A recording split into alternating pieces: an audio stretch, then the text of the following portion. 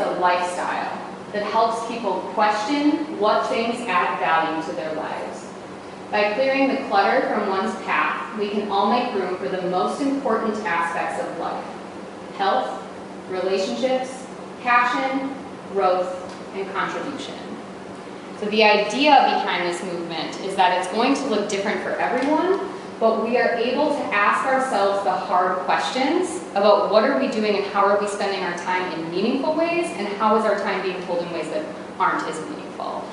So we're going to talk a little bit in a few minutes about some of the misconceptions of what this is and what it really is not. But really at the heart of it is getting clear for ourselves and being comfortable just asking the question of how the things that we're doing add value. As I mentioned, I think the problem is that it's become a buzzword in society. So when I was first mentioning to somebody I wanted to do a talk on minimalism, just the first response was almost like blowing it off, as if I was now jumping on the bandwagon for something and I was sort of in a cult of minimalism.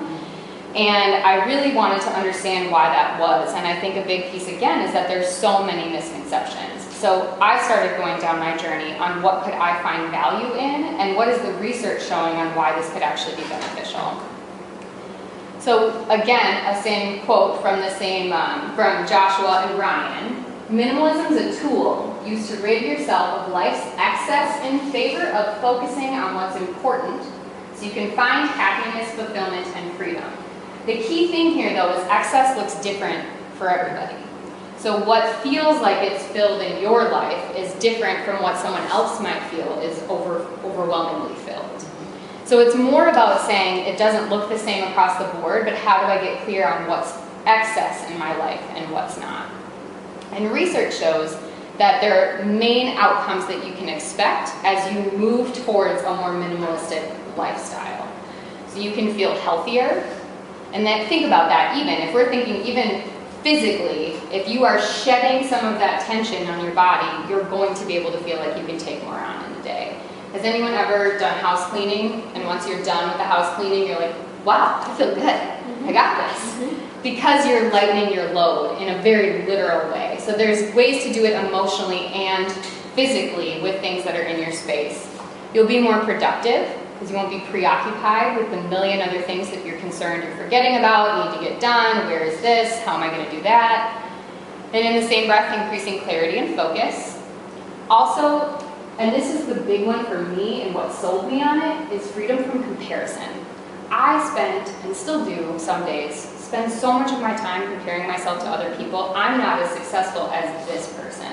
I'm not doing enough because this person's doing this much more. How can I say I'm going to be good, or I'm an entrepreneur, when there's all these other people that seem to have it figured out way more than me?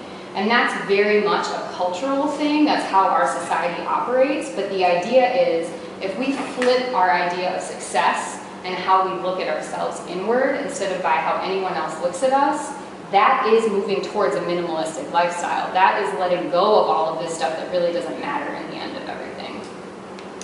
And then the other piece is that you can own more valuable things. And we'll talk about this as a misconception that when you move in a minimalist direction, you need to recycle everything, you can't ever buy anything new. That's not what it means. It means how do you make intentional purchases on things that are really valuable to you. You can also stop being guided by the fear of missing out. So this notion of, you're here tonight, there's a lot of things you're not at tonight that you are missing out on. Every time that you choose to show up in one place, you're missing everything else. But we seem to have this idea that if I miss out on that one dinner with friends, suddenly they're not going to like me as much because I'm going to miss the inside joke, they're not going to spend time with me, they're going to forget about me, they're going to think I'm not a good friend, or all the other things that we tell ourselves. When we can get clear on why we're already valuable, what we already bring to the table, and how we are choosing to bring good people into our lives, that doesn't become a factor anymore. That's guiding our decision making. So at the base of it, all of the different components of research and people that have gone through this say that if you're going to commit to a minimalist lifestyle, these are the 4 things you need to at least be willing to embrace.